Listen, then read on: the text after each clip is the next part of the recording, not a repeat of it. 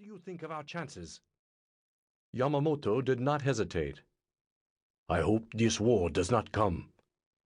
If I am told to fight, regardless of the consequences, I shall run wild for the first 6 months or a year, but I have utterly no confidence for the second or third year. I hope we can endeavor to avoid a Japanese-American war. You say this in spite of the blow we have planned against Pearl Harbor? Genda asked. He had been involved in preparing that blow from the beginning. Admiral Yamamoto nodded heavily. I do. If we succeed there, the attack buys us time.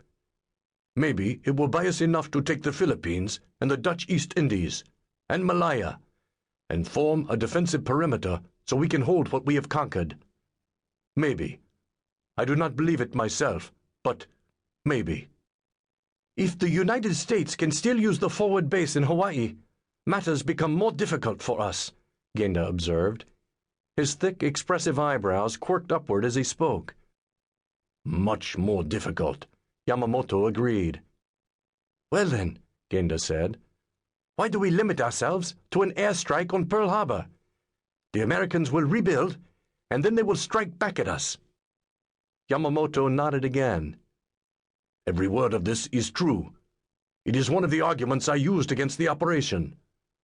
Should hostilities break out between Japan and the United States, it would not be enough that we take Guam and the Philippines, nor even Hawaii and San Francisco. I wonder if our politicians have confidence as to the final outcome, and are prepared to make the necessary sacrifices. That went further than Commander Genda wanted. He said, May we return to discussing the Hawaii problem? Yamamoto's smile was almost indulgent. He waved for Genda to go on. The younger man did. We should follow up on our strike at Pearl Harbor with a landing. If Hawaii is occupied, America will lose her best base. If we make this attack at all, we had better make it decisive. Yamamoto sat and considered. His face showed nothing. He was an outstanding bridge and poker player. Genda could see why. Well, Commander, no one will ever accuse you of thinking small, Yamamoto said at last. Tell me, have you discussed this proposal with Rear Admiral Onishi? That was exactly the question Genda wished he would not have asked. Yes, sir, I have, he answered unhappily. And his view is? His view is that, with our present strength, we cannot take the offensive in both the eastern and southern areas, Genda said, more unhappily still. Rear Admiral Onishi is an airman's officer, Yamamoto said. He is also a very hard-driving, determined man. If he does not believe this can be done, his opinion carries considerable weight. How do you respond to his objections? By saying that half measures will not do against the United States, sir, Genda replied. If we strike a blow that merely infuriates the enemy, what good is it? Less than none, in my opinion.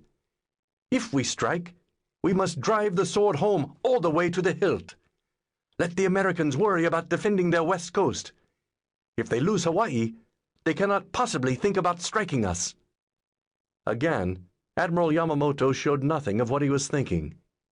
He asked, How many men do you suppose we would need to subdue Hawaii after the airstrike?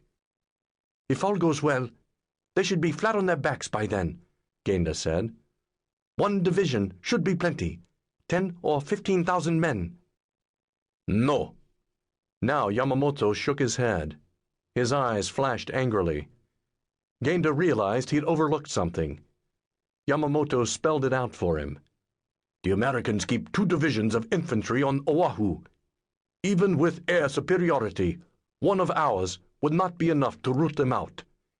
If this enterprise is to be attempted, it must not fail. You are absolutely right about that. Genda didn't know whether to be ecstatic or apprehensive. The Navy could have pulled together a division's worth of men from its own resources. For a force the size Yamamoto was talking about. Will the Army cooperate with us, sir? Their eyes are on China, and on the South, the Philippines, and the Dutch East Indies. And they never like to think of anything